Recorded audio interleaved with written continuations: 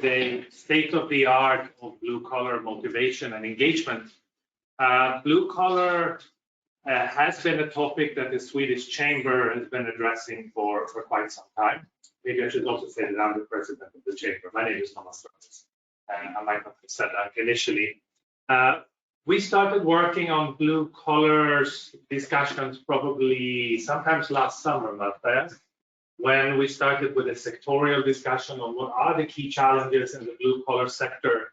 How are we dealing with the pandemic and with a particular focus on the blue collar sector? Because we know that for the white collar sector, it's quite easy. You send almost everyone home and they go home office.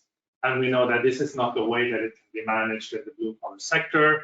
We had some companies coming to us in previous meetings sharing how they have sort of worked with their blue collar employees to go sometimes to 3 shifts to enable the people to come to their work in a safe manner with a limited number of people on site, etc. So following these discussions on the challenges with the blue collar, we said, well, how are you actually working with the blue collar sector in terms of the motivation and engagement? This would be a very interesting topic to understand because, again, it can be quite a difficult group of individuals to work with. And we know from other previous discussions that the blue collar sector in all, we have challenges with recruitment, difficulties to find the right people with the right skills. And then you come to the whole angle of how do you actually retain and train them and engage them so that they feel motivated and actually want to contribute to the company. So today, we have lined up a number of experts from different companies who will tell us a bit more about what they have done. It's an interactive session. We do respect that we have the time to get out of this fantastic facility, but we'll try to manage so that we can get all your questions answered. We'll also make sure that people online can fill in their questions. So please send in your questions as well as you may have them, and we'll make sure that they get addressed. And finally, also I'd like to thank Shinarps for the opportunity of being in their wonderful premises. I come here and I'm looking at this office and I'm every time going like, wow, wow, wow. I wish this is what I have. Well, now that I'm my own consultant, maybe one day I will have the Shinarps furniture in my own office, home office. With that, I'd like to open the floor for our first speaker. Zoltán Csörögi from IKEA. He's the store manager of the Soroksára store. And as you know, IKEA is a company built on long-term value of the Swedish values. And we understand that the Swedish values are also very important on how IKEA is working with employee motivation and engagement. So, Zoltán, I'll give the floor to you. Thank you very much for the warm welcome. Good morning, ladies and gentlemen, for those who are present and those in the online as well. Actually, thank you very much again. I am the deputy market manager. I have to a little bit correct you there. I apologize. Actually, I'm here to talk about how we at IKEA work with our value-based engagement and how we work with our values. And I have to apologize, but I have quite a long speech, so I need some guidance as well. So I have a couple of papers to tell me what to say. So my name is Zoltán Csörögi. I'm with IKEA for 22 years now. I got engaged with the IKEA values and IKEA 22 years ago. And I have to say that the love is still burning. And it's good that my wife is not listening to this presentation because she's quite a jealous type, so she would not be happy. And I'm sure that probably most of you have been in some kind of way either a visitor or a customer in one of our stores, but maybe you're not entirely familiar with the IKEA values. And where we come from, where our culture comes from. So let me take you on a little bit of a time travel to go back in time, because IKEA, now known as a humanistic, value-based and purpose-driven company. Actually, our history goes back far beyond our 75 years of existence. It goes back to the times when, and our culture goes back to when Sweden was in a difficult situation. Actually, IKEA and its founder were both born in Småland, in the southern part of Sweden. And in the 1850s and the 1920s, almost or more than even 1/3 of the Swedish population emigrated to America. And especially in this Smålandish region, which is known for its tough, stony, agriculturally very difficult terrain. Actually, in some countries, almost 80% of the population just disappeared. But what we usually say is that this tough environment is a good soil for ingenuity and creativity. This was a very, very good inspiration for people who were living in this small environment. So the Smålanders learned to find practical ways to and sometimes very innovative ways to problem solving. They are known for a high level of entrepreneurship, and they're also known for being thrifty and have a very straightforward approach to problem solving. And the Smålandish environment and culture is built into the IKEA values and cultures as well. Now today, when we have 200,000 employees around the world in 5 continents and 60 countries, marketing products, developing products, supplying and producing products, it's even more important for us to make sure that we stay close to our culture and our heritage, which sets us apart. Create a better everyday life for the many people is the vision of IKEA. And we believe that we can make a big difference for people who have big dreams and thin wallets. And we would like to do it within the boundaries of our planet. The ambition challenges us to make sustainable home furnishing affordable for the many people. And we want to make a positive impact on both people and planet. This vision is very noble, but we also need a guiding to actually reach this noble target. And we have our guidance in our values, in our 8 key values, which we call it our shared compass. I would like to now go through the 8 key values and also a little bit talk about what we mean behind these values. We also encourage our co-workers to use these as a guidance in our daily work. So first start with simplicity. Yes, we are a global multinational company, but we seek for simplicity. We are straightforward, we are down to earth when doing business, true to our Smålandish heritage. It's about being ourselves, stay close to reality. We are informal, and bureaucracy is our biggest enemy. Cost consciousness. According to our business idea, as many people as possible should be able to afford functional and beautiful, well-designed home furnishing products. This actually challenges us every day to make sure that we are cutting costs without compromising on quality. We also believe that only a low-cost company can be a low-price company. Lead by example. We see leadership more as an action rather than a position.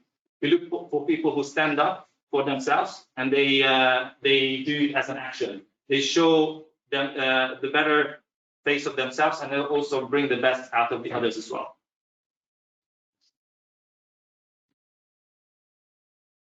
Give and take responsibility. We believe in empowering people. Giving and taking responsibility are a way to grow and develop individuals. Trusting each other, being positive and forward-looking. We encourage our co-workers to experiment and sometimes even make mistakes, because it's okay, we believe. Our founder actually once said that only the one sleeping doesn't make any mistake.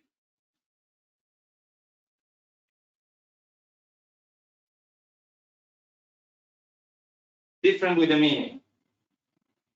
We like to question the existing solutions, think in unconventional ways, We would like our employees to start every day with asking the question, what if? And of course, caring for people and planet. We want to be a force for positive change. We have the possibility to make a significant impact and the lasting one today and also for the generations to come. Renew and improve. We are constantly looking for new and better ways forward. We believe that whatever we do today, we can definitely do better tomorrow.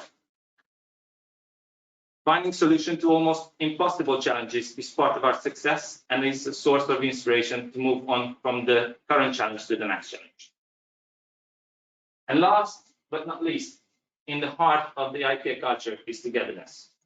We are the best when we are working together, when we pull together in the same direction, and then also when we have fun together. Let's look into now how we use these values in practice. It starts with our recruitment. In a more connected, complex, and constantly changing world, our key values become even more important to help us navigate and align our efforts to create a more efficient and humanistic IKEA business. The IKEA culture is a unique asset.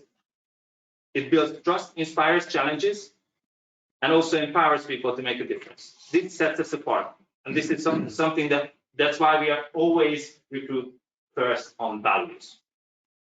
How we use it? We are looking for humble, down-to-earth, informal, cost-conscious, and caring. In the same time, also determined, courageous, straightforward, curious, and decisive people. These are the few characteristics to describe an IKEA person. We invite these people to help us create a better everyday life for the many people.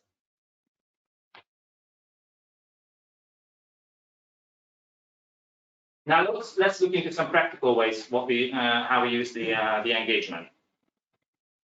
Because we also know that after we recruited the right person, we also need to walk the talk. They also need to understand how we work with our values and how we stand by them. It's important that we constantly provide the opportunity for our coworkers to remind themselves and also discuss around their values and the culture.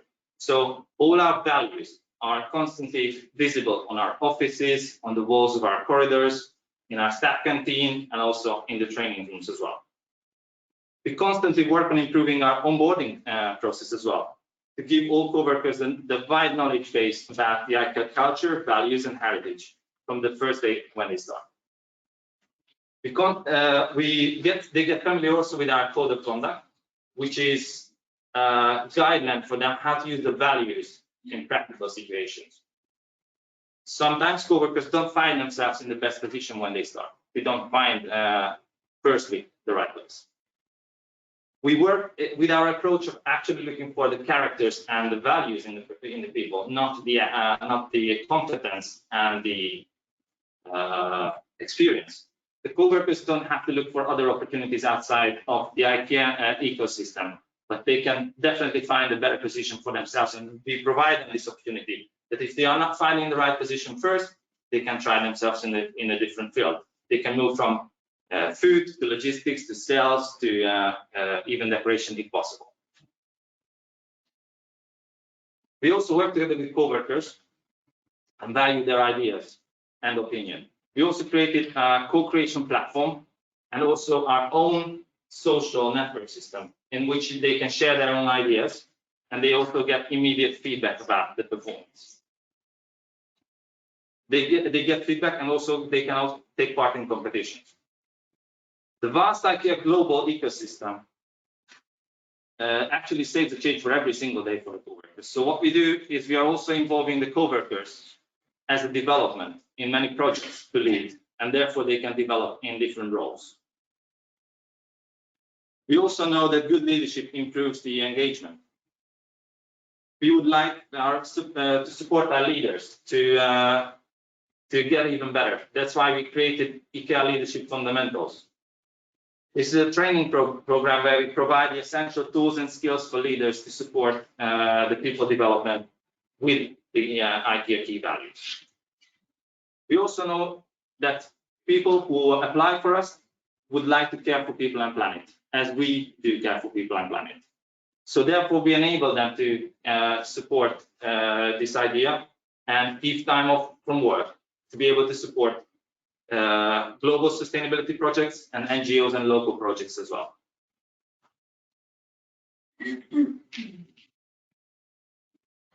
In order to keep the IKEA culture alive, here you can see just one example. Our founder, Ingvar Kamprad, created the IKEA Way training in 1986. This is a nice platform where co-workers from all over the world, from different functions and different units, different countries, can connect and spend days together. Now it's actually going online, of course, but previously it was in person. And they can discuss around our values and culture and how we can keep it alive and even further develop it, how to stay true to it. We also know that co-workers are also people, and people have different interests and skills outside the work. So we also encourage our co-workers to bring these skills and interests into the workplace and share it. And that's why they inspire some others to follow them, or they just bring them to celebrate their achievements. This is actually going through a facilitated platform. Used to be just 1 week, but due to the high interest, this year is going to spend for an entire month. But we also do many things, but we also don't always do best way. We also sometimes fail. But when we fail, we always ask our co-workers if they leave, what can we do better? How can we improve to get even better engagement?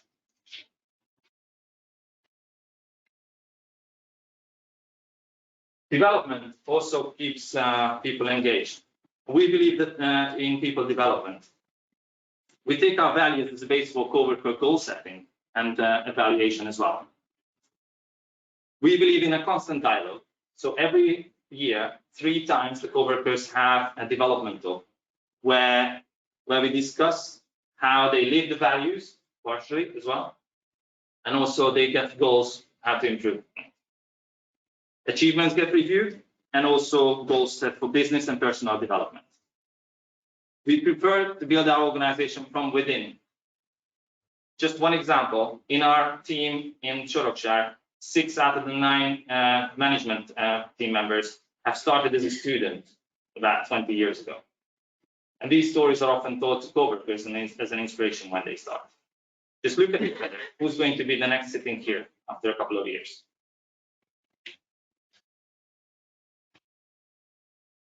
We also believe that sharing is caring. We know that we do many things, but nevertheless, we need to know what do the co-workers think. So every single year, we have a big global survey where we ask our co-workers to tell us their honest opinion. Are we doing good? The biggest part of this is how we work with engagement and how engaged they are. And of course, after every single year, when the survey is done, we do a good plan to react on the co-workers' opinions. And the best thing about the survey is that it's not targeted questions many times. Of course, there are some, but also there are some open questions where the customers can really tell, or the co-workers can really tell us how to improve. And actually last year, 85% of our co-workers claimed to be engaged in the Hungarian organization. Of course, we don't believe that this is good. We can definitely be better. We already have a plan how to improve and get higher engagement. So this is what I wanted to share with you. Do you have any specific question regarding the engagement? Thank you, Zoli. This was a great introduction. I of course, I have a few questions already. Please. I think when you look at a company like IKEA and the story that you're telling, I think it's quite unusual that you have a company that is going so strong on using its values in its whole operations. I mean, when you talk about when you hire for the values that people bring you, not necessarily the skills, and you are able to sort of, maybe if they didn't come in on the right space, you can have opportunities to move them into different spaces of the organization. And of course, my question is, how does this set you apart? I think when it comes to recruiting and getting the right talent into IKEA, is it difficult for people to sort of understand the extent of how values are so integrated in your operations, or is there, does that give you an advantage in terms of also the recruitment and onboarding of people with the right caliber to IKEA? Definitely gives us an advantage. What we, as I mentioned previously, caring for people and planet is one of the leading value and why people choose us to work for us. But also how we work with togetherness, how we feel together, how we show the co-workers that they can develop, how they can lead by example, and also the different training programs and possibilities within the IKEA ecosystem, not necessarily only in Hungary, but also around the world that we can provide them to develop. So definitely we see an advantage in this. So even in terms of the attractiveness of IKEA as an employer, people would see that they're coming to you because of they share the values that Definitely that they want to live the values together with IKEA. Absolutely. Very interesting. Very interesting. Are there any? I have a few more, but I want to make sure that we open up also to the room. Go ahead. Hi, my name is Ákos, and I really like the presentation. Thank you for that. And it gave us a picture of this very stable value set that is kind of in the DNA of IKEA and how you handle employees. How do you handle changes and especially rapid changes like closing stores or virus situation or whatever crisis situation that may happen in the store? Because you mentioned that training was started in 1986. That's great, and that creates a strong foundation for you. It's super important, but still things happen, and then you have to react well. Very good question. Thank you very much. Sorry, we just wanted to make sure that the people online can also hear the question, but the mics are picking it up. So let's just check if people online could hear the question. This was about how does IKEA manage some of the rapid changes that happen in the environment where things can happen and you need to adapt very quickly. Unfortunately, you have to experience door closing. But this is one of the values that I highlighted, togetherness and how we pull together in the same direction. All of our co-workers immediately stepped up and came up with their ideas how we can transform the store after the store closing and turn towards online operation. So just imagine that from one day to another, with almost no experience in online operation, from literally one day to another, in 4 hours, we turned the store upside down and prepared for online operation. And the next day, we could almost exploit the entire capacity that we planned for. This is because we employ the right people who come with the right values, who are in these moments can step up. So yes, it works. And in these situations especially. Is this answering your question? Yeah, thank you. Super. Let's see if there are any other questions in the room for IKEA. Marta as well. Yeah, you were mentioning that you are doing the employee satisfaction survey every year, and I think almost every company is doing similar surveys. So we can say that all multinationals, but also smaller companies have something at least.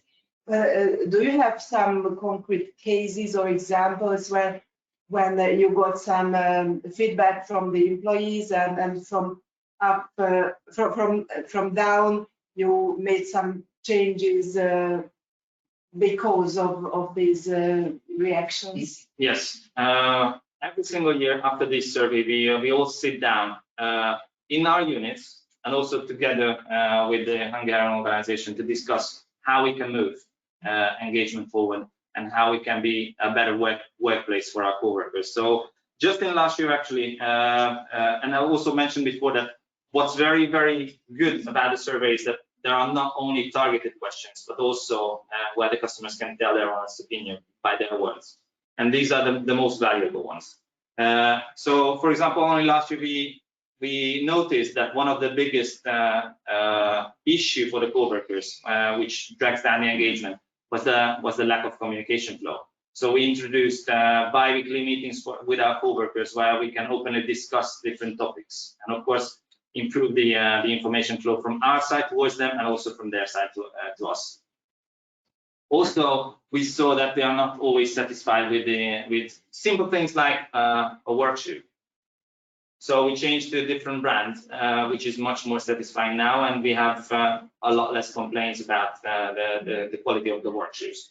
But also we made wage corrections as well, based on this survey as well. And also within the COVID period, we saw that they need also some help as well. So we, for example, provided vitamin packages for our coworkers after the survey. But also improved the canteen food, the quality. We are now more looking into different allergies that we can cater for as well. So plenty of things that we improved after this survey. Super, excellent. Thank you very much, Ollie. Any other questions from anyone online before we move on? All right. Thank you very much. Thank you very much. It was great to hear the story from IKEA. Now, in order not to make the mistake of rebranding somebody's job, I will now pick up my little cheat sheet here for the introduction of our next speakers.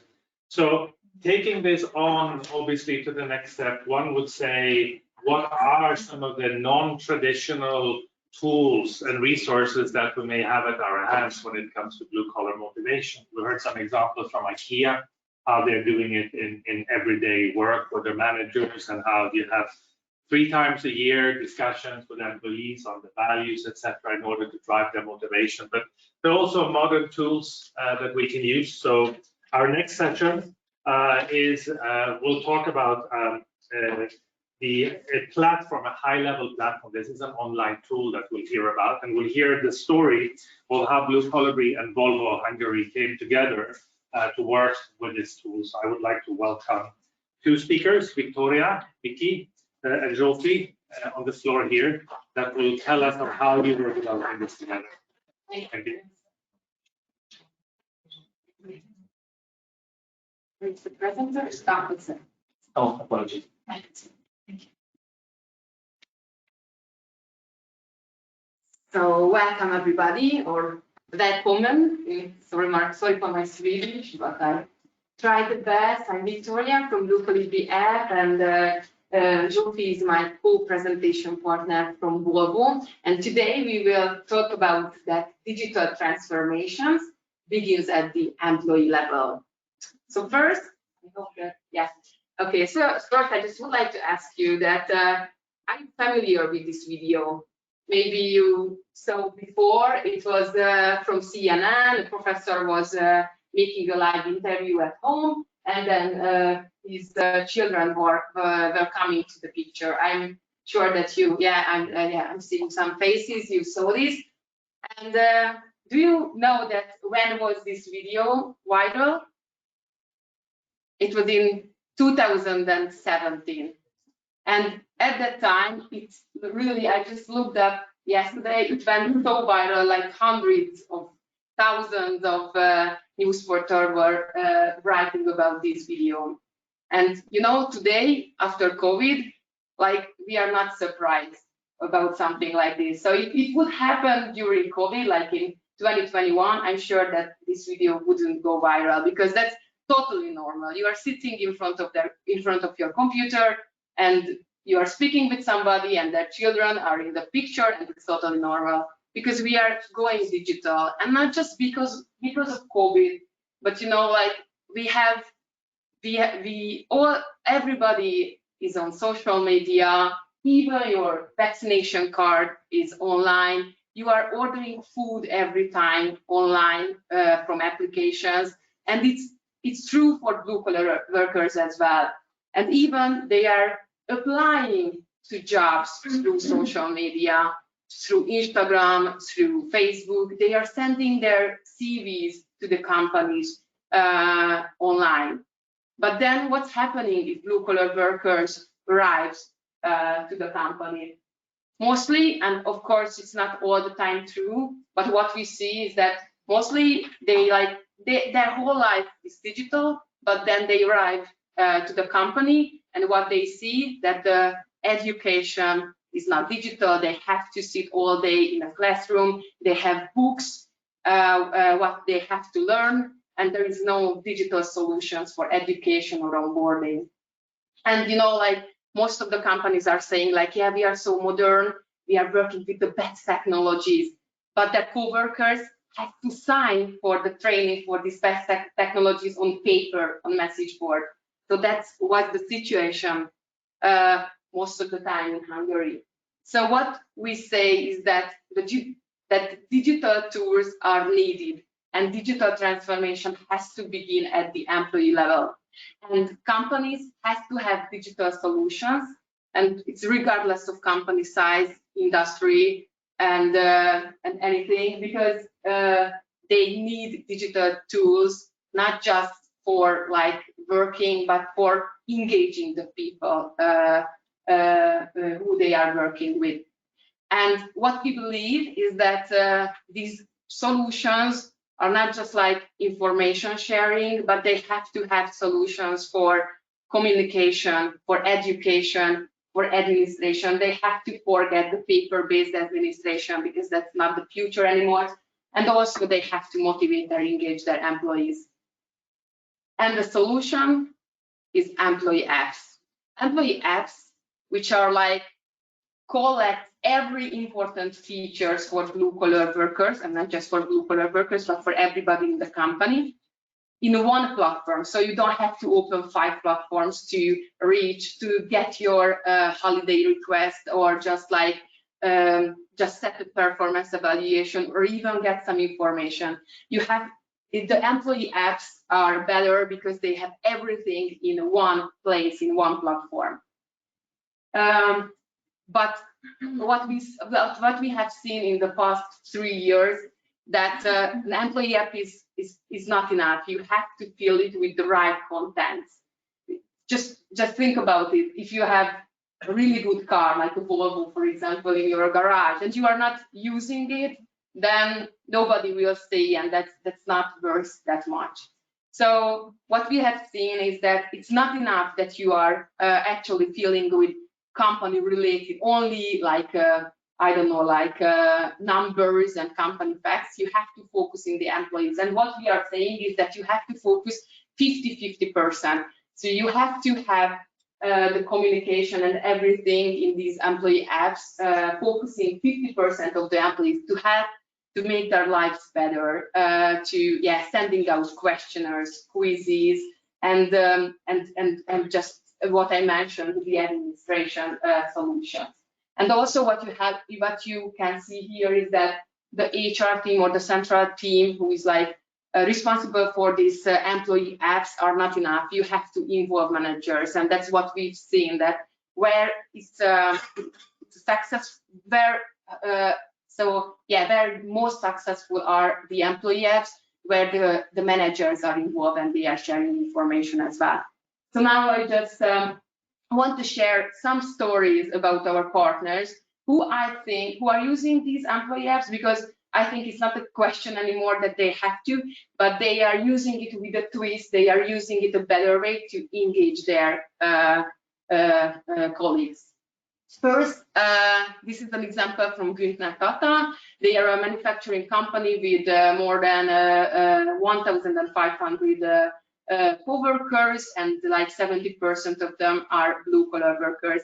And when we started to work together, they had a lot of trouble to like engage the blue-collar workers to the app. So they started this question and answer blog, and they only made they only asked the first colleague to make a video. And this video was not about work. It was like they found an interesting person who was actually a football referee, and they asked them to share his story.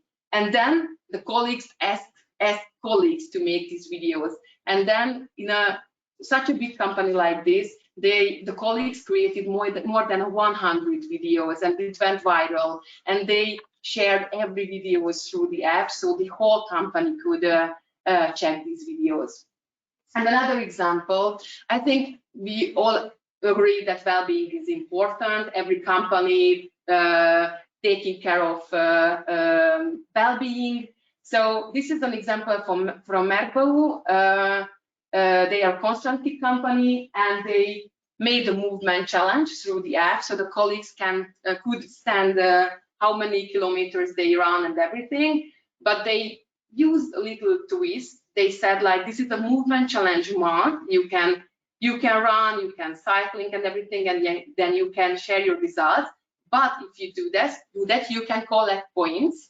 The system is giving you points, and then you can use those points to actually give it to charity. So they were running for charity, and they did it actually before Christmas. So it was like a really really the whole company was so happy about it, and a lot of people did that. And there were like in their webshop, there were opportunities to donate your points to webshop. It was like kind of like money, and they could choose like which cause they want to support. And it was only a 1 month challenge, but right now they are doing it like constantly because it was such a huge success. This is just a really quick example. We made a football championship game, and we actually 37 of our partners joined, and more than 10,000 co-workers were playing with the football championship game.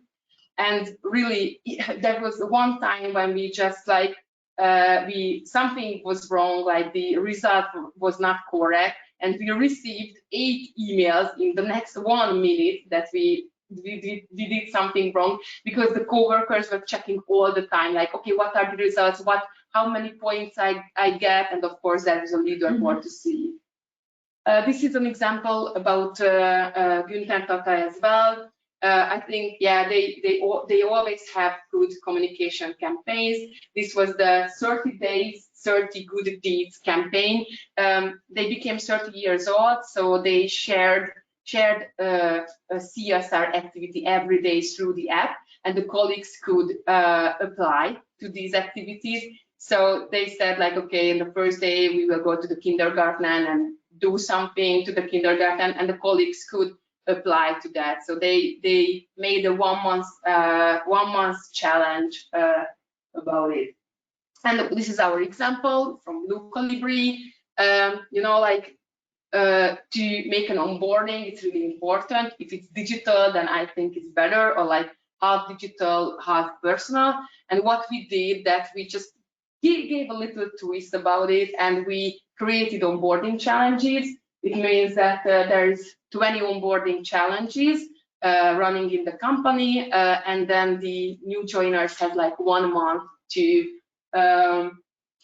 make these challenges, like have a coffee with a co-worker, make a picture, and then they can send it through the platform, and then they are getting points, and they can get pullovers and t-shirts in the web shop. And now, I think, which is more interesting, Joby will talk about the Volvo story. Thank you, and thanks for the introductions as well. My name is Zsófia Bálint. I'm here from Volvo Trucks Hungary. I work there as a marketing coordinator, and let me just quickly share our story together with Blue Colibri.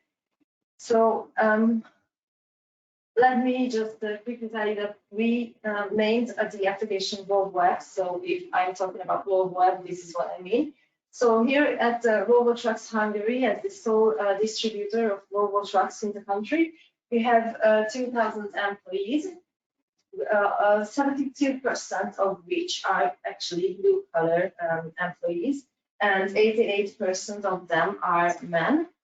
But which is more important regarding this story is that they work at 6 locations around the country. So they are often quite far physically from our truck center, from the basis, so from Budapest.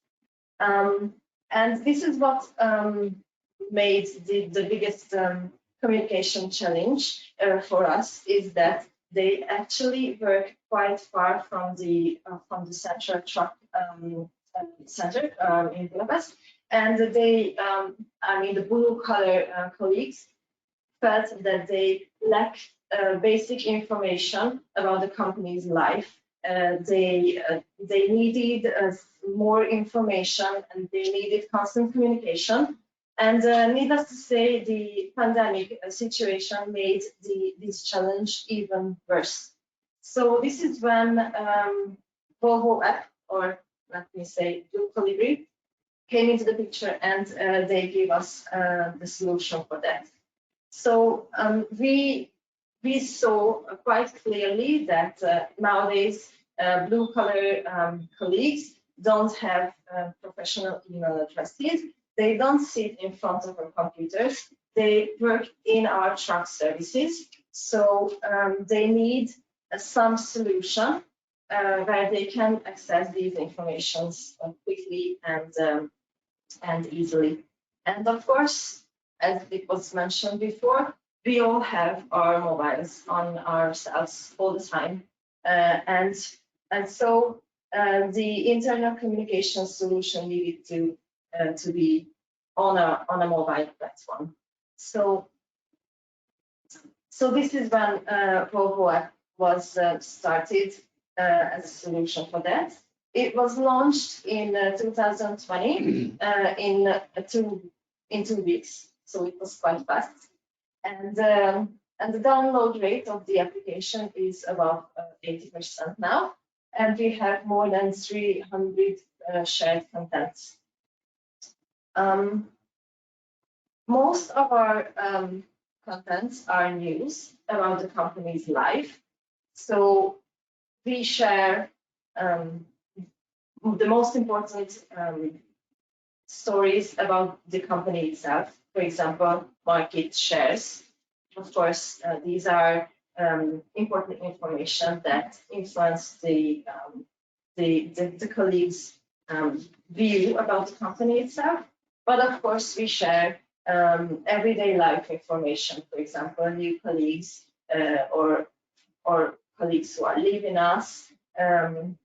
We like to share gallery images in galleries. For example, we had a camp for children back in the summer of 21, and we shared a lot of pictures up in the web as well. And of course, we use the applications function to gather important documents about the company's life, and they are all together in one place, and they can be easily accessed. And so, first of all, what we achieved by launching Volvo app is that communication reaches our employees really fast. They get the news firsthand, and of course, the paper-based communication, so printing, has decreased, which is of course very important, because sustainability is of course one of Volvo's main goals as well. So this was our story, just quickly and shortly. Thank you very much for having me. Very good, thank you very much for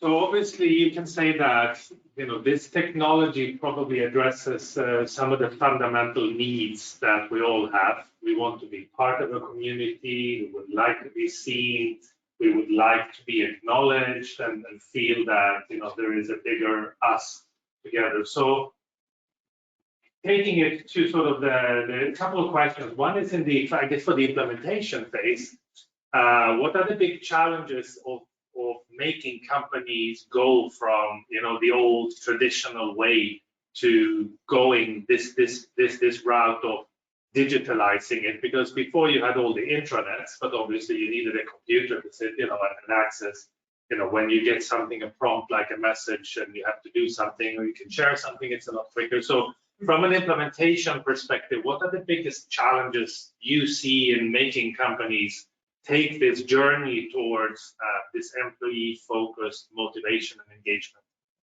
What we see is that, like today, every company actually sees that they need this kind of digital solution. So that's not even a question.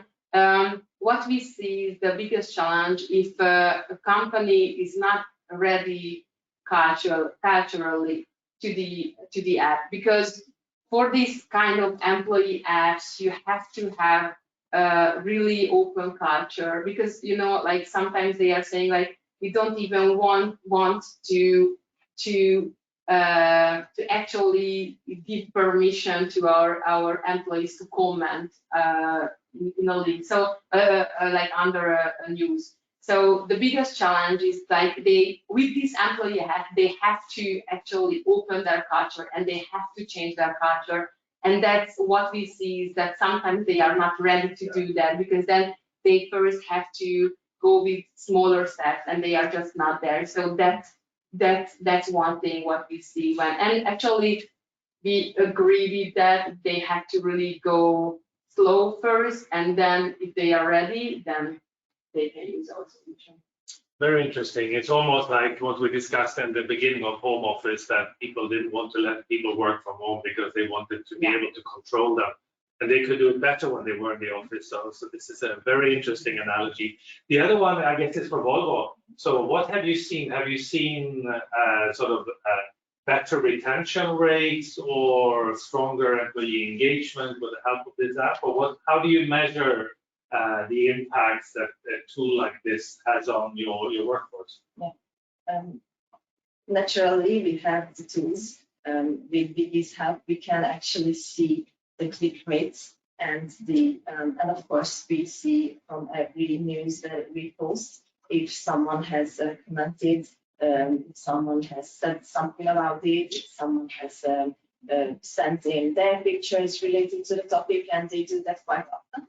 And the click-through rates are quite high as well. So I think we are very fortunate with our colleagues, because the issue that Vicky raised, this was not really present at Volvo Trucks Hungary. So we are fortunate enough that the colleagues were quite open-minded to the Volvo app. And let me just tell you quickly that one of the first colleagues who downloaded the app was one of the oldest colleagues as well, working at our truck centers. So this says that age is not really a matter nowadays. No.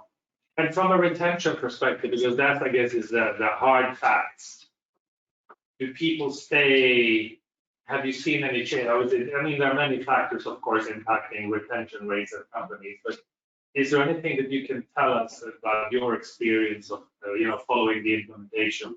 Unfortunately, I have to say that Volvo app itself doesn't retain people, but of course, I think it means a lot to them that they are able to get information about the company and give feedback as well. Yeah. This is a factor, I have to say. Yeah. Have you seen any hard data from companies in terms of retention rates following implementations of the app? Actually, no, I did not, but that's a really good idea. We will measure it. We are measuring like how many people are reading the stories, and of course they are sending out the engagement surveys. That could be change in the engagement, and we see that the internal communication part is always growing. But about retention rate, I don't want to say No, and I agree with you. I think it could improve retention, but obviously retention is driven by many different factors. But again, being part of a community, feeling informed, being seen, being able to come up with ideas and channel them to management, I think is one critical aspect, whether you're white collar or blue collar employee in a company. Let's see if there is anything else. Yeah, great. There's another one. The question is more like the fact that companies that focus on engagement, and I'm not talking about the ads here, I'm talking about the engagement of employees. They have less 18% of turnover. Yeah. So obviously implementing solutions like the People app or TalkBot or any other solution that promote engagement will reduce the turnover rates of employees. So there was a comment in the room of companies that engage in engagement strategies with employees. We see less of a turnover in those companies. So there are data out there, but very, very interesting. Any other questions before we? Yeah, let's see. This is the topic. Go ahead first. Hi, my name is John. Just a quick question: is Volvo app more of a social app, or is it a blend of social and corporate? You okay, you're in a truck center, so if there's a recall for some part or something, does this go out on this app? Or if there's a solution for fixing something on a truck that hasn't been design flaw or something like that, does this go out as information, or is that still go out on the traditional email or whatever route? It goes out via this app as well. So Mhm. important news about the companies, like for example, our new model, we've had a lot of communication about that via the app. So yeah, we try to give out information about the company's life as well via this application. It can work as a kind of social media because it has a chat function as well. But we mostly share information via this application. Great. There was one more, which I think is the final one before we go to break. Okay, go ahead. I try to be quick. Thank you. This is speaking to Michael also. And my question is that I think it's like rather for Volvo app, like if you provide the smartphone for all of your coworkers, or if they have this application on their personal phone, They can have it on their personal mobiles. and do you educate them somehow how to use it from like an IT security perspective and so on, or isn't that part? When they enter the company, they get an info sheet, and of course they have instructions how to download it and of course how to use it. And this is the way to introduce them to this application. And I guess there is something, but if somebody leaves the company, then they need to like delete the application or maybe. Yeah, it's up to them to delete the application, but I am the one handling all the colleagues from behind the application. And if somebody leaves the company, I am the one deleting them from the list, so they can no longer access the application. So that is the way. Thank you. Important question. That's good. Thank you very much for that. Super. I'm sure there are many other questions. I actually was thinking about the 20% that didn't download it and what we know about those. But let's leave that question. Let's go for coffee break. We have a 10-minute coffee break. We can mingle around and ask some more questions individually. And of course, in the innovative space today in our conversation with a number of technologies and new tools and systems to help us with employee motivation for the blue collar sector. So we have now another tandem presentation of another tool. So we have Electrolux. Melinda will help us together with Akos from Talk a Bot, which is another technology tool to help us. And then we have some great questions in terms of how far has Hungary come in terms of its adoption of these new tools and technologies, and when will we ever see the catch-up effect? So I will leave the floor to you to start. Thank you so much.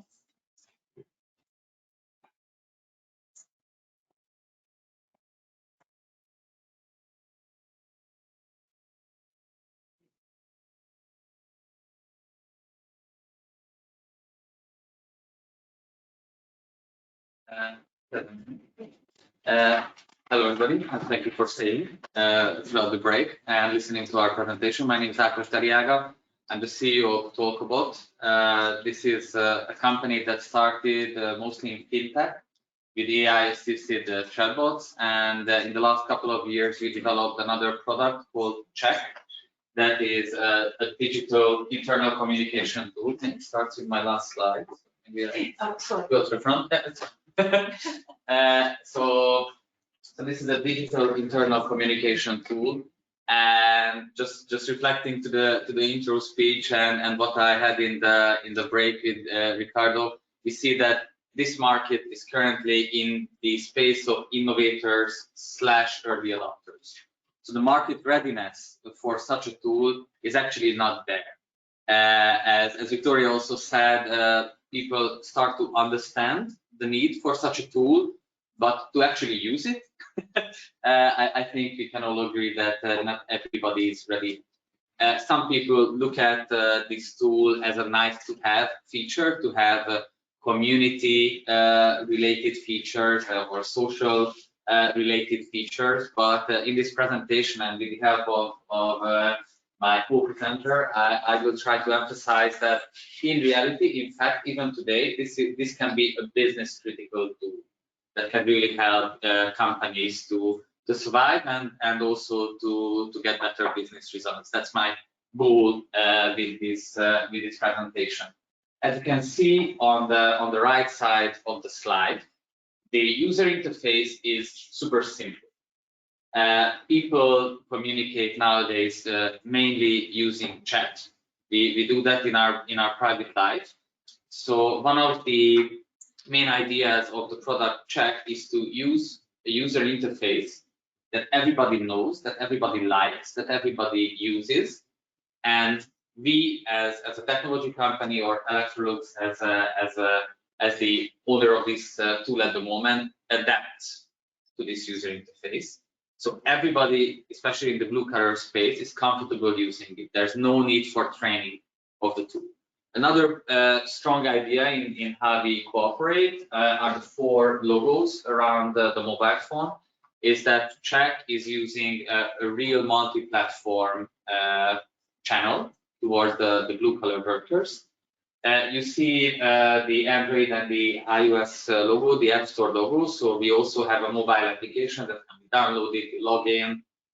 We've seen that in the presentation. But beyond that, we have a global integration with Rakuten Viber. So if somebody among the blue collar workers has Viber on his or her phone, by the way, in Hungary, that's 70% of the people, there's no need to download anything. They practically add another contact next to their wife or family or colleagues, and they use this tool, having this menu system, the button, all the features and all the automations that come with an application traditionally as we think. So this is a bot platform of Viber that we integrate with that, and we leverage this installed base or user base of Viber. Another thing that I'm super proud of as a CEO of Talkabout is the integration globally with Microsoft Teams. We see that, yes, blue collar is a challenge, but typically in a company that has blue collar workers, they have office workers as well. And many of these companies use Teams. So for those people who use Teams in the office, they can use it under Teams again as yet another contact in the chat and have all these automation features. And we give all this in one package. There's no need to make a choice. If your company rules and regulations maybe restrict one or the other, or you're not a team user, that's fine. That's okay, but the options are there. And that's one of the reasons why we can reach very high levels of blue collar engagement with our tool. I brought some of the key performance indicators and kind of a demo to see how it works and how easy it is to use. One of the things is that our typical deployment takes 1 month. There's no coding in that. There's just adding the content, designing the system, the buttons and the content is fully customizable to the brand of the company. Also sorting out GDPR, other legal stuff, IT security. This typically takes 1 month and 20 working hours. So we calculate it, we measure it, we ask our clients, and I think it will be confirmed that it's 20 working hours. The subscription we can reach about 90% within 1 week in case of a special campaign. This is obviously not every result and not all the cases, but we have quite many cases like that. But the 80% within 3 hours is true. So out of the people that log in to the system throughout all the industries, even in companies that cannot use the mobile phone on the shop floor, they can take it in. And there is a first break, they come out, they take their phone and they look at what it is, because it's relevant to them, because there's a notification via Viber or DM. Try to beat that, I say. So that's super efficient. We give data analytics. Like one of the cases that I try to use, because when I came up with the whole concept of Check on the first pitch that was in Singapore, I pitched that when a company will use this and the shuttle bus will have a flat tire, they can notify the employees. And I'm very proud that this happened. I mean, not the flat tire, but that the HR person had the tool ready to segment the message to only to the people that use that specific bus. send out a message. It arrives within a minute. And within 5 minutes, she takes a look at it and, out of the 30 people, 25 already has read my message. And I see 5 people who I have to call to notify them to wait in the cold and rainy, whatever.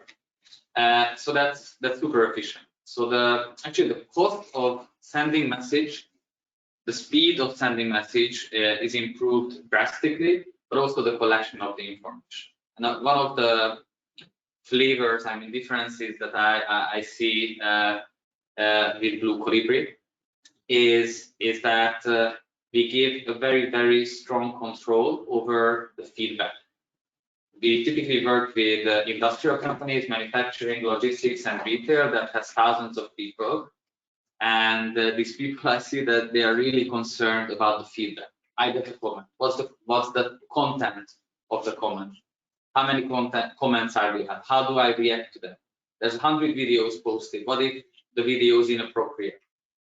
What is the effect of that? So we give a full control over the feedback. You can send out messages and restrict any feedback. You can send out survey buttons to collect data about the votes.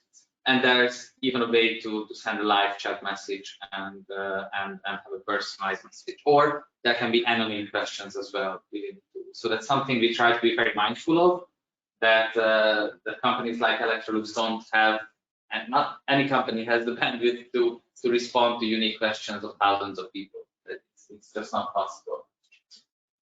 But when you have such a channel, and we really call it as a digital bridge towards the blue collar workers, it can be a really good, nice to have tool during the everyday. So organize games or family events, announce that you are distributing vitamins.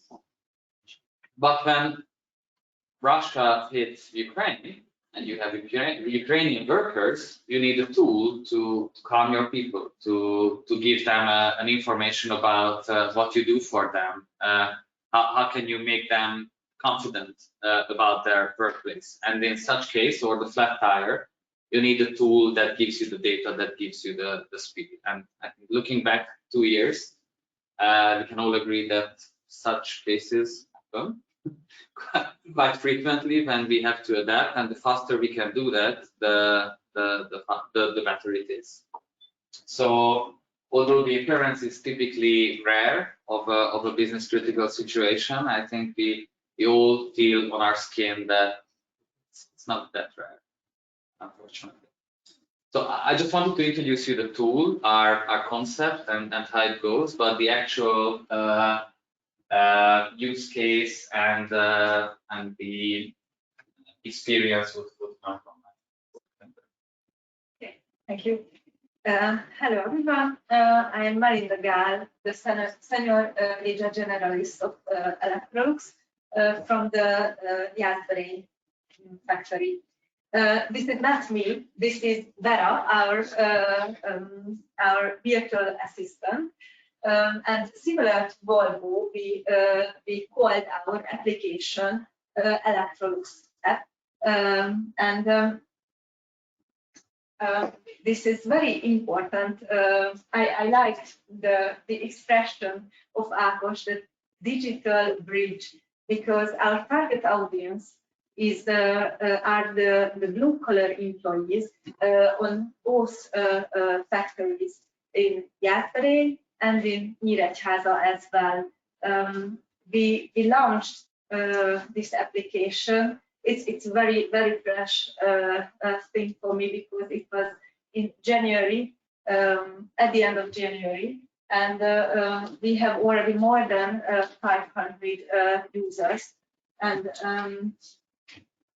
so this is a very good communication platform to us, to provide employees fresh information. And just let me check my notes. I'm sorry, I'm very, very nervous and excited to present this information to you. So this is a very good communication tool us to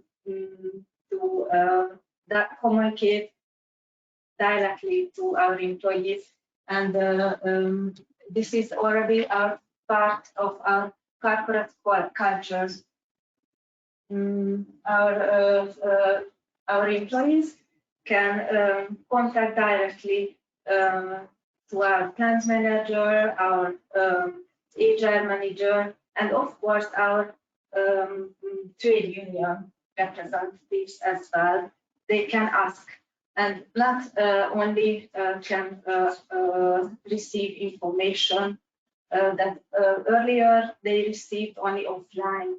For example, this is the daily menu, the bus schedule, and of course they can arrange their administration.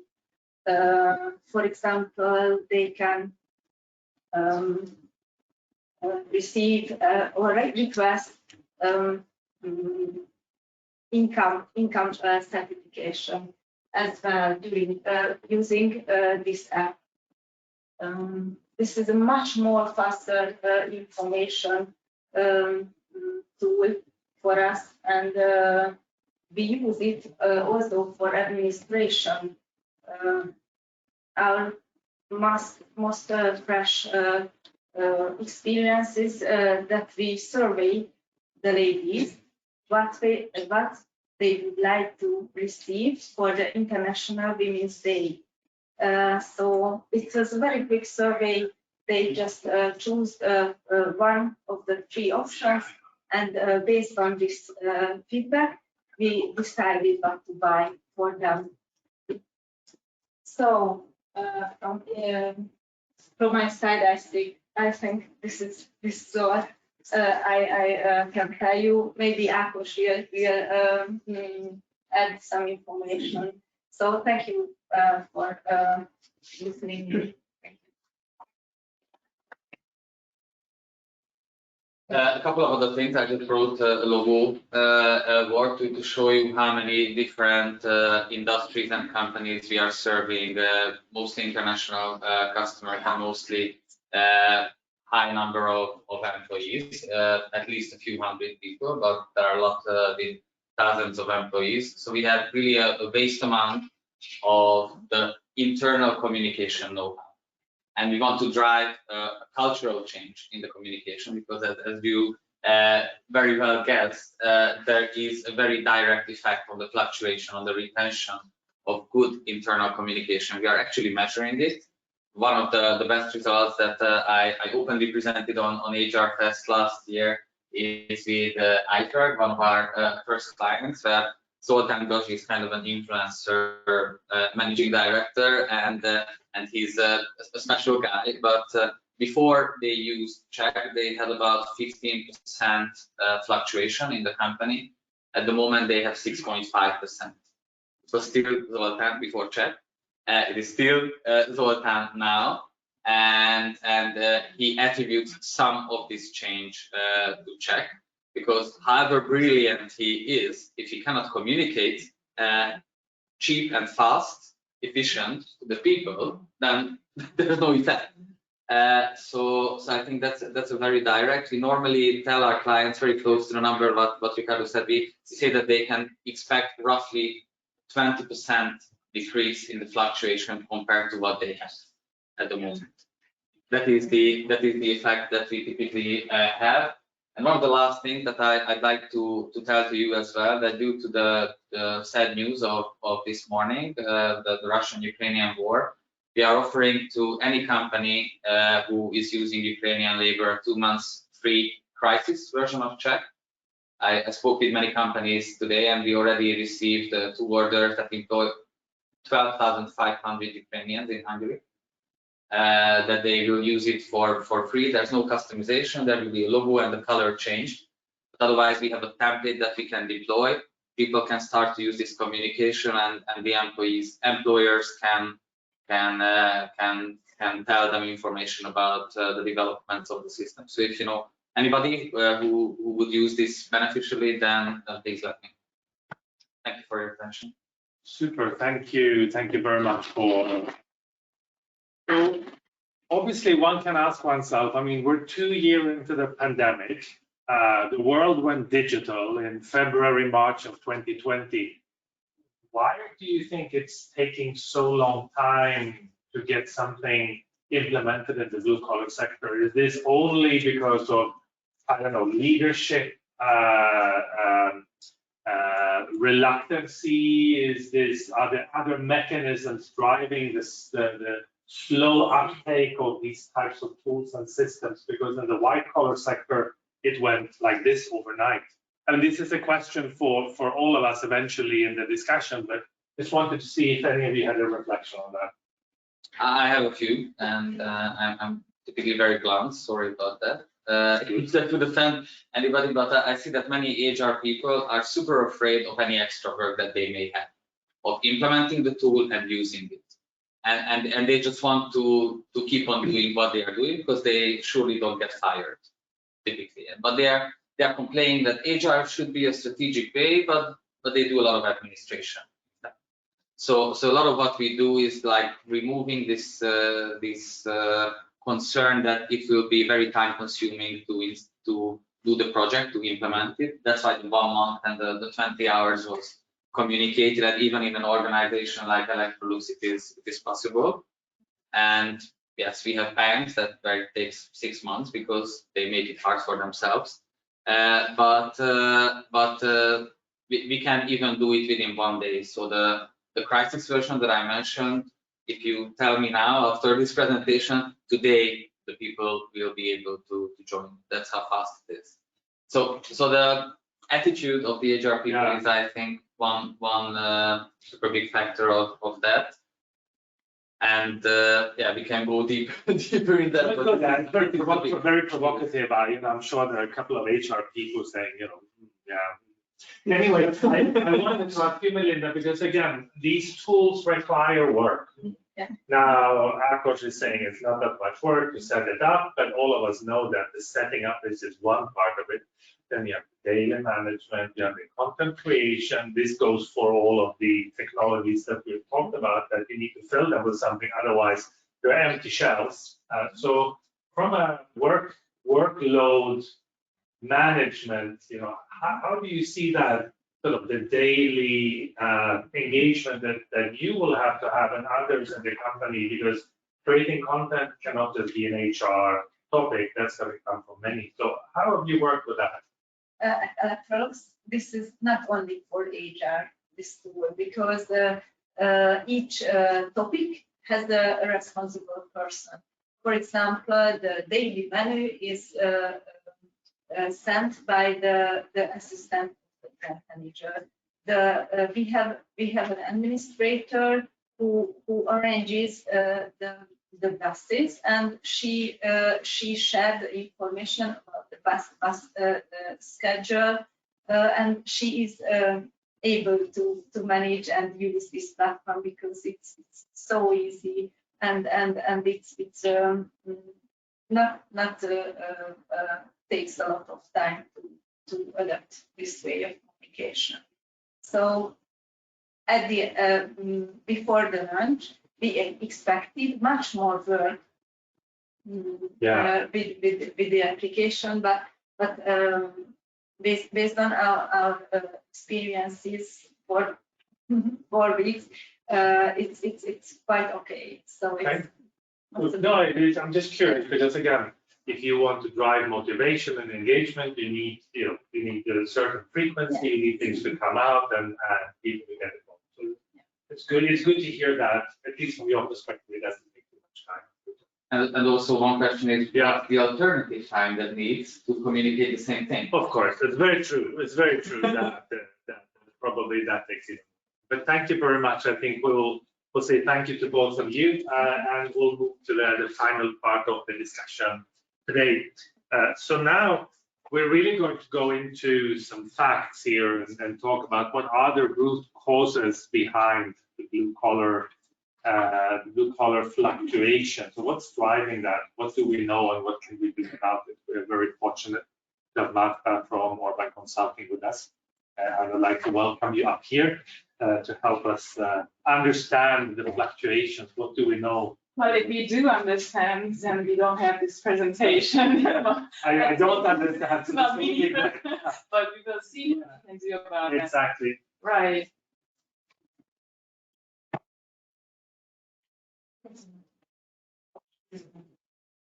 Right. For those who I haven't met personally, I'm Marta, and I'm working for Orban Consulting at the moment as a senior consultant.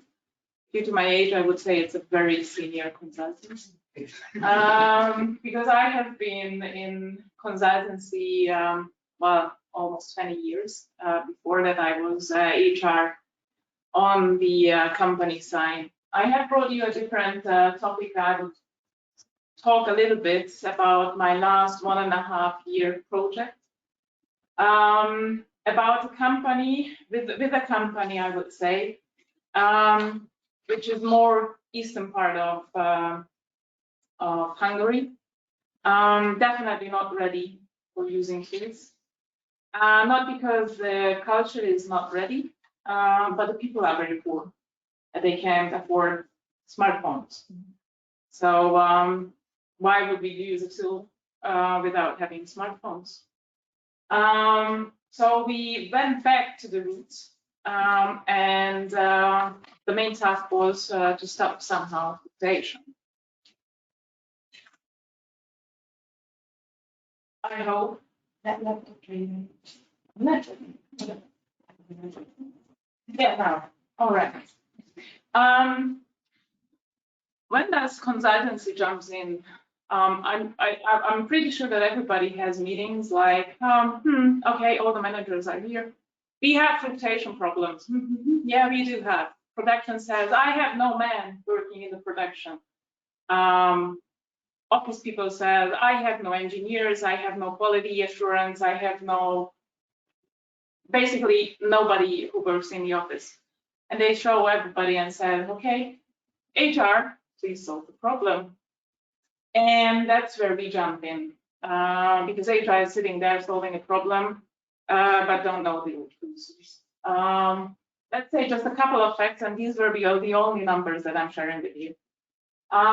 We have a 3.7 unemployment rate. We can have the sort of setting a table saying Hungary is full. We don't have labor anymore. Most of the companies who are manufacturing companies have up to 75% of blue-collar workers, and we still have a growing market. So we don't see a stop at the end. Sorry, Hungary is full. We still have companies coming in, doing their business here because it's important. Obviously, fluctuation is increasing because when a new company comes in and says, I'm paying 1 penny more, everybody leaves. Then another one, okay, I'm paying 2 penny more or anything else, I'm coming in. My last 1.5 years I've spent now at the company being interim HR manager, having the tasks, Martha, please stop fluctuation. The fluctuation was somehow they don't like me. Right. The fluctuation causes we gathered together, and we obviously found out a couple of them. I could talk about fluctuation causes not 20 minutes but 20 days. I have picked some of them, and I brought you a couple of stories that we have managed on behalf of this topic. We did not have a competitive salary system. We did not have a suitable working environment. We have not been taking care of the integration of new workers into the environment. And we had no career options at all, internal. So at one point, everybody left because there was no career options. And we had no internal communication. And I'm saying no internal communication. We have seen that there are two crucial points of the fluctuation. 1/3 of the fluctuation happens after the first week, and another one happened within the 6 months. What did we do wrong in the first week? We sold a position that we don't have, we wanted to have, and when the worker arrived, that was not what I was promised, and he left. What else? What else did we forget to tell? We didn't tell what's our mission, what's our vision, what are our core values. Somebody stepped in, and he was just a member of something pretty close, because they were far good together, and nobody was able to open up and explain things. We didn't do assign no one for the first week, being as a company buddy. Show me how things work. We had people coming in and they had to work on their own, to learn on their own what they needed to have to do. So we have implemented a bunch of new steps which were new to the organization. And I'm not saying that you haven't seen this before or you are not using it before. It's more that to assign the first week challenges in a perspective when you go and start a new job. I mean, you're proud of yourself. I have the new assignment. I have the new possibility. First day, oops, nobody I know. Oops, I have no one to talk to. So this is what we have discovered with the company together, and we initiated the first week to-do list for the HR. Well, what happens in the first 6 months? In the first 6 months, we have seen that if we have no internal communication, we lose people. If we have intercultural differences, we lose people. If we don't have internal career and we don't talk about it, so we don't have internal communication, we lose people about it. And last but not least, we will talk about a little bit about the work atmosphere. We all do agree that information is crucial. Sitting on information is no benefit for no one at all. How do we do communication if an organization is not ready for using intelligent communication platforms? We go back to paper. And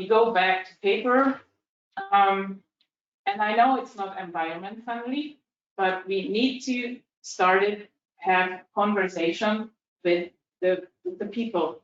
They needed to feel that yes, HR and mainly HR is available for their questions.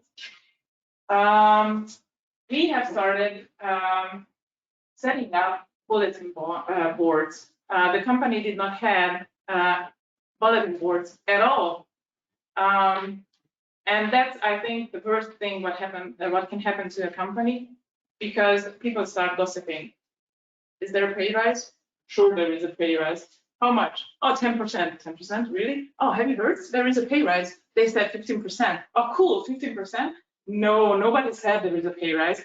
No pay rise? Oh, okay, I go.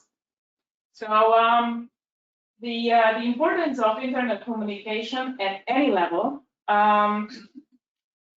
is a must, and it must be integrated within the first month's period of time, obviously afterwards as well, but within the first 6 months is absolutely important. When we talk about intercultural differences, are there any companies who are not just hiring Hungarian people? Right. Okay, I'm currently working for a German company. Previously, I have worked for an English company. I have been raised in Germany. I've lived in Moscow. Cultural things that you need to be aware of. The funniest thing I ever learned was in Moscow about intercultural differences is before you sit down in Moscow or in Russia for a meeting with managers, first you place your watch on the table. The most expensive watch is the highest manager in the round, and he gets to talk first. I didn't know.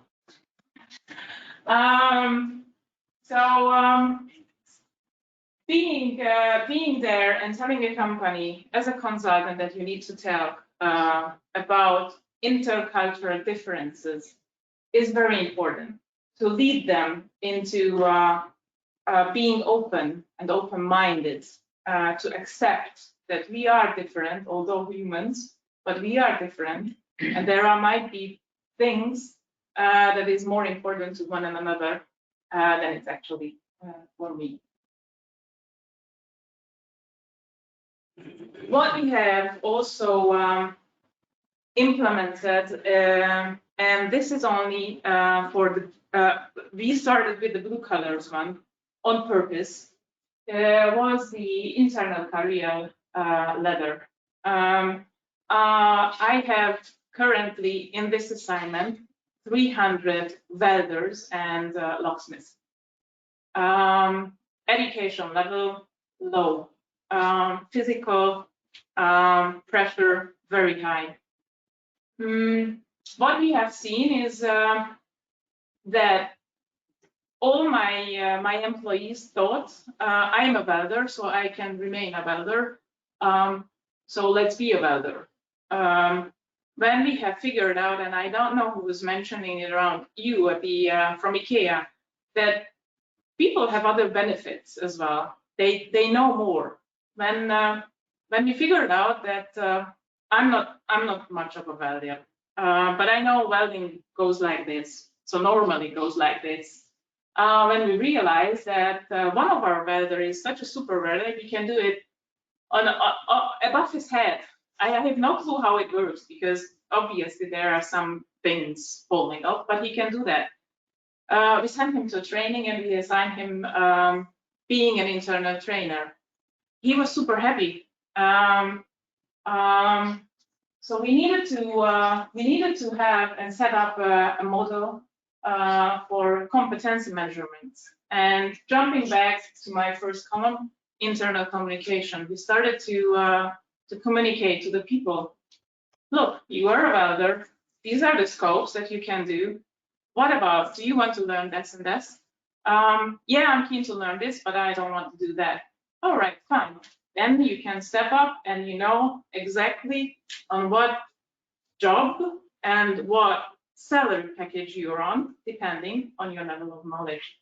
It helps, this one, I must say, helped a lot of stopping fluctuation because people at one point realized, hey, me as a welder, as just being a blue collar welder, I still have a career plan within the company. So I don't need to go and change just because I'm bored of my job.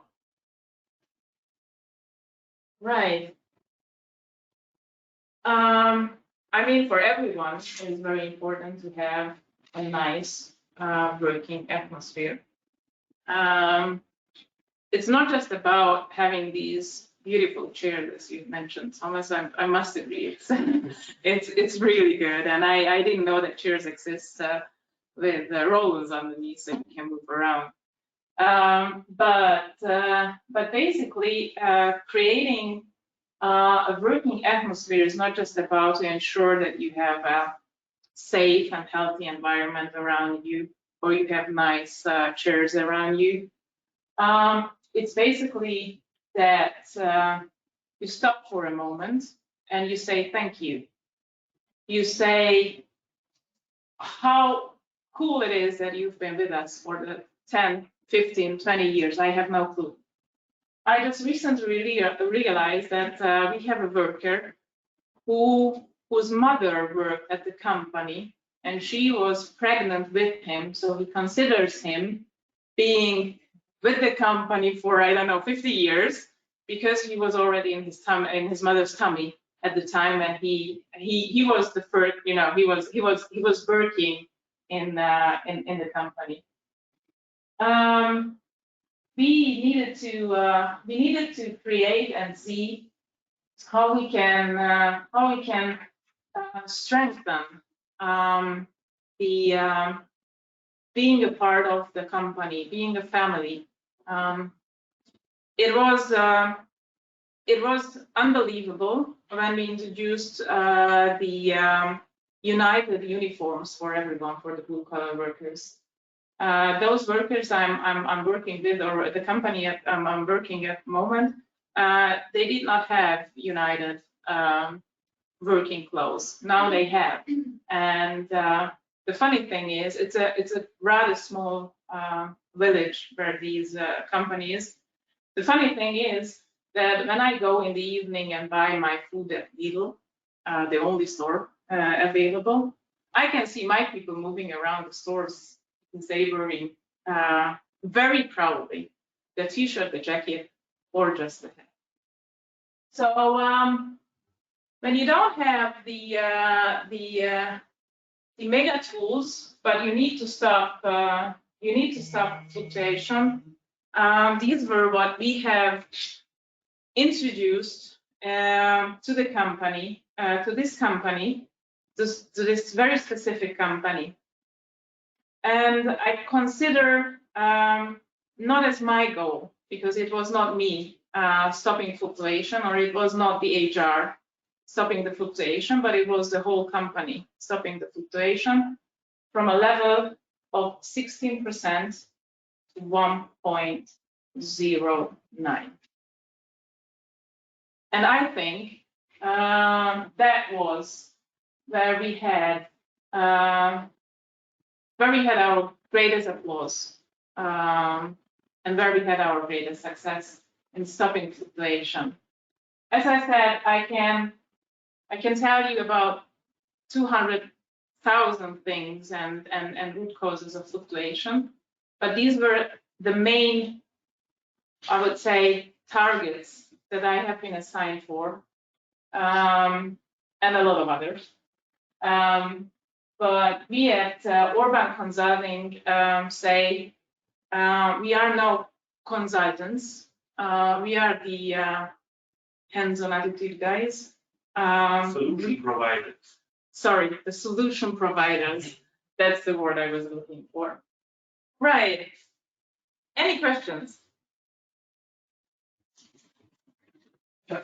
Fascinating, absolutely fascinating. And I mean, when you see the slides, and you can see that we messed up already day one when somebody arrives into their work. That's incredible. I mean, anyway, I have plenty of questions, but let's start there. Yeah. One important thing I didn't see on here is how important is to these people continuing education in anything else other than what they're doing? Not very much. Not very much. No, educational level in that region, eastern region of Hungary, is very low. And they're not interested in learning. No, they only, it's a give and take. They only interested of learning more if they get more money for it. So I made the career step. If you say, that's why I said it's a job group with the salary groups coming with it. So if I'm in that job group, and if I do a little bit more and I get a little bit more money for that, I'm ready to learn. But out of a welder, there won't be a welding engineer just because I said you have the ability to be. Yeah, go ahead. You had a comment at the beginning regarding the smartphones, Right. and based on actual data that I have, and also focus interviews that we've done on the eastern part, I can quite safely say that any person who has a monthly income would have a smartphone. They may not have a big data plan, so providing a Wi-Fi within the premises is important. Mm-hmm. And some people may have an inherited phone from their kids, but maybe there's 3 to 5% people who like to live in caves and don't want a smartphone, but everybody else does have a smartphone. I can say that quite truly.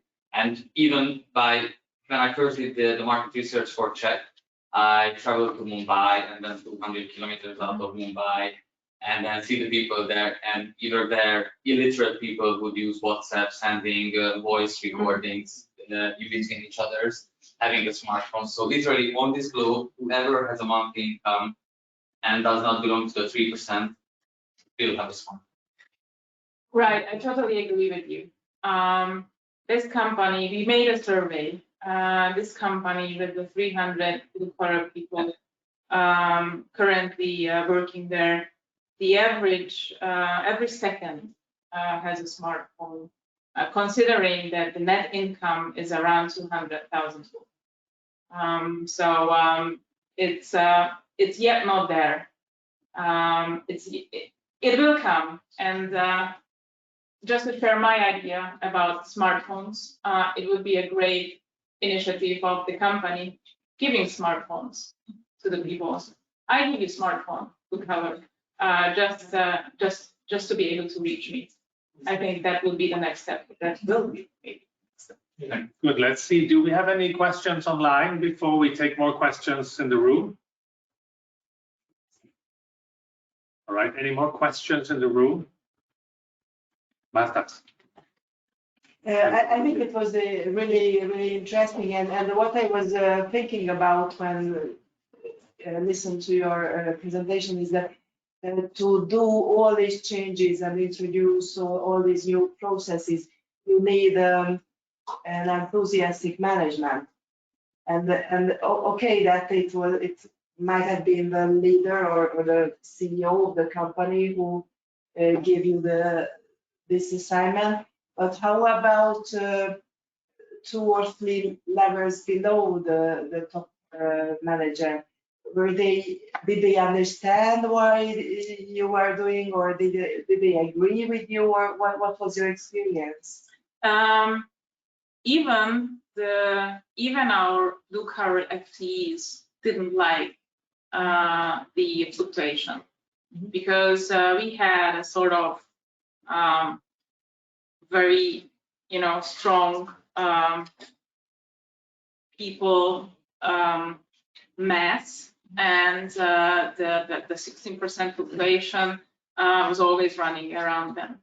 And from the very bottom, they were with me because they know that it will be a benefit for them as well. So the fluctuation stops.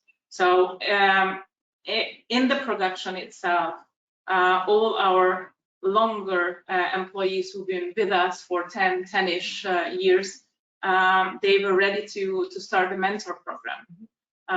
They were ready to teach. They were ready to be the buddy for the first week, just because they knew.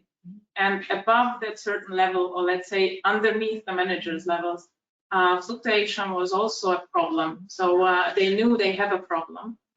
They didn't see the solution. For that kind of managers, what you said, we have mentoring program, coaching, and also workshops. We never make trainings, and that's important because training is something right. We are coaching, we are trained on the desk, we are trained on the shop floor, and this is something different what we offer to our clients. And we made big successes. But Marta mentioned right now, this is one example from one company in Far Eastern in a small city. But we are working in Hungary right now for 10 big clients, and we are working really for really big clients with over 3,000 employees in Hungary. And we have the same, we can see, and I can tell you, we have the same problem mostly everywhere where we have to work and where we have to support. And this is important, and to give you a message that there is a change and nothing is impossible. Everything is possible, and we can support you. And we have examples. But before we are talking here 2 days long and telling you some examples and going in deep diving solutions. We collected these informations, and what Marta mentioned is is absolutely typical for that region, and also absolutely typical for Hungarian companies under 500 people. And also what we did not mention, how we handle Ukrainians and people from Mongolia. This is something which is in the window, because we have an unemployment ratio right now 3.7%. Yeah, January was a little bit higher. It's more better, but the life will be changed, and we don't have Hungarian people in Hungary. They will leave Hungary, they will go to Switzerland, they will go to England, they will go to wherever. And we have to, we do not have other choices. We have to bring in other people from other countries, and from countries where the salary level is lower. Because otherwise they will go to Germany, or they will go to Austria, or where the salary is higher than in Hungary. So we have to learn to get in touch and to work together with other people. And this is a new challenge for us. This is absolutely new. This is since 3-5 years in Hungary. And 3-5 years in the history, you know, this is nothing. This is today. And therefore we have to learn and how to act and how to work with other countries and with other people together. Yeah. And if you know, sorry, you are not really a Hungarian guy, but the Hungarians know our history. And from historical point of view, the Hungarians are not so open like the Germans, for example. And that's a mindset change, what we have to do right now. We have to start it. And do you, so I think it's a question for us all. So I mean, the currently very low unemployment rates that we see in Hungary, are they fueling the development into, let's say, more people-focused blue-collar strategies? Yes, definitely, yes. Hungarian people are not those kind of people that like to move around the world. So they would be happy to stay at home if the possibilities were right. And to realize that, I think it takes huge effort for companies within Hungary, that I need to present myself not as a third country manufacturing company, but being a proud Hungarian company, working with Hungarians. And yes, I do want to have my buddies, my Hungarian mates here. And it is possible, obviously. And what do we see, I mean, as a collective audience here today? So, I mean, there seems to be a movement that has started. It's possibly going a bit too slow, or very much slow. You know, when you see some of the stories that you present, so what is it that can be done on a more collective level to drive this development forward? Is this, you think about, is it about awareness? Is it about, I don't know, visibility of the new tools and technologies? Is this simply about a generational change in leadership? What do you think? All of them together. Yeah. So which one would you pick? I don't want to pick. I want to open the pot for the discussion, and let's put more ideas into this pot. What we all need to do to be more effective of keeping our people, any kind of. So what do you think? What can we do more? We heard about some of the tools, some of the technologies. We heard about the very conscious HR strategies, which I guess is you know, it's HR has a strong role in building it, but it comes in collaboration with managers. You cannot just put all of this in the lap of HR and say, go do it, because it's a collective plan that has to be built out with strong managers. What more can we do? What are some of the thoughts, ideas from the audience?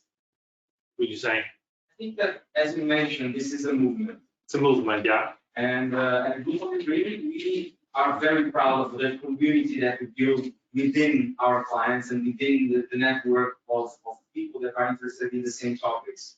So we as a company or as an organization, we also provide workshops, we also provide webinars, we also create events that we are also inviting the community, regardless of them being clients or not, and also sharing from our clients' perspective what is the best use case scenarios, how we can do like this to engage and to communicate better with their employees, especially and put an emphasis and focus on blue collar ones for the moment, even though we have also clients that are not purely having only blue collar employees. But yeah, so I have a strong feeling that when we talk about blue collar employees, I'm very blunt, and I understand because I was the blue collar once. I also did that, and I'm very proud of it. That blue collar people, they don't engage with their work. It's very simple. It's menial. It's boring. They do it for the money. They don't engage with the work, but they do engage with their colleagues. They do engage with their culture. They do engage with their community. And I think that's when the companies start understanding that, and that's, I mean, Orban Kotofi just answered the question, like you work on the culture. Agus was saying the same thing, the IKEA Zoltan, yeah, he was also saying like, we're talking about culture and how to bring people together in this culture. So, you know, it's not really hard mathematics. What my question is when we have hard data, and we have hard data, as I just mentioned, 18% less fluctuation, and I can go more. I can say that 18% more sales for retailers, or I can say that 68% less accidents in the factories, which is a very important data when the people are engaged. When we have hard data, and this is exposed to the management, why? And that's the question, why management can't see that or can't move in a direction to engage more people? Obviously, I don't have the answer to that. And I think that's a question that we have to discuss as a group, as a movement. But this is something that really bothers me because it's there. Yeah, you're right. So we talked, so I think for those online who may not have heard, you know, there is plenty of hard data out there talking in favor of the employee engagement, of building the culture in the right way to drive the engagement and motivation longer term. Why aren't people listening more? Why is management not moving when you see ROI results like what we just saw here in terms of bringing down fluctuation? I think it's a huge challenge, and probably one is to identify the right venues where this can be shared to the right audience. Probably there is a strong need for the movement to become more visible, so that the results and the benefits come out of it needs to be stronger, and maybe the chambers like the Swedish Chamber of Commerce is one forum where you know this can be elevated, visualized, and brought up in a different way. But I think one part of it is making sure that the movement or the data, the results are out there to start moving companies in the right direction. And could be about persuasion of leaders, which is, you know, a very tough thing because, you know, leaders tend to think they have the right ideas themselves in many cases. What do you think? I would guess that most of these Hungarian companies, perhaps this welder company, are probably first generation companies. They probably have original owners still there. And I would imagine these are, for lack of better words, very proud people. They think they know probably everything, or reluctant to admit that they don't know something. And they have an HR section that could be dynamic, but they view it as a function, and not as a strategic partner for them. More admin. And yeah, more of an admin function. Most of the companies call HR as a service provider. Yeah. It's like, I have a problem, shovel it to the HR. Any kind of problem, shovel it to the HR. And I would think that most companies that are moving in any kind of direction probably have HR on their board of directors, and they're engaged in the whole process of the vision. Yeah. So building a more strategic HR partner, HR function that is able to elevate and drive this within the companies. That's what I'm hearing you're saying, yeah. Which is probably true. And maybe that's part of a different follow-up with our HR teams as well, Marta. Could be good.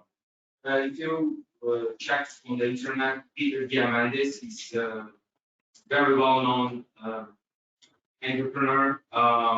He created a movement called exponential organization. And it's tackling exactly what you're saying. He's not calling HR anymore. He's calling organizational development.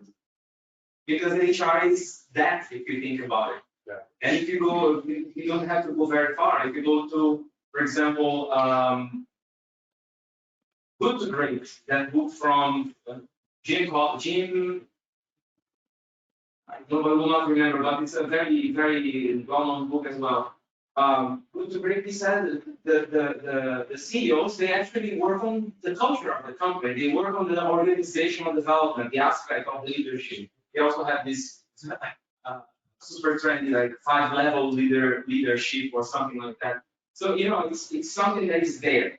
We just have to, make these things more loud. And it comes very much back to what we started the journey this morning with IKEA, being a very strong value-driven company that's really done everything to implement the values at every single level, including recruitment processes, including onboarding, including the proper support, development, programs, training, etc., and career advancement.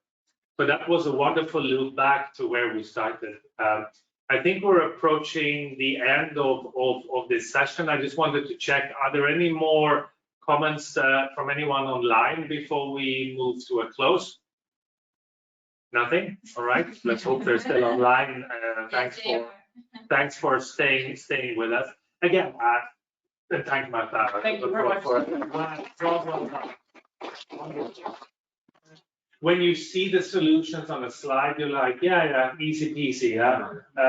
But again, why are we not there? Why do we have companies not having proper onboarding programs, not having a budget, not welcoming their employees, not giving them the foundations of what they signed up for? Over-promising and under-delivering is the worst possible start into a new company. So, I think there's a lot in that very, very first context, which again comes back to us as managers. When we're interviewing candidates for roles, we need to be very, very honest about what they're signing up for. Making it rosy is not going to help, because then we'll lose them the first week.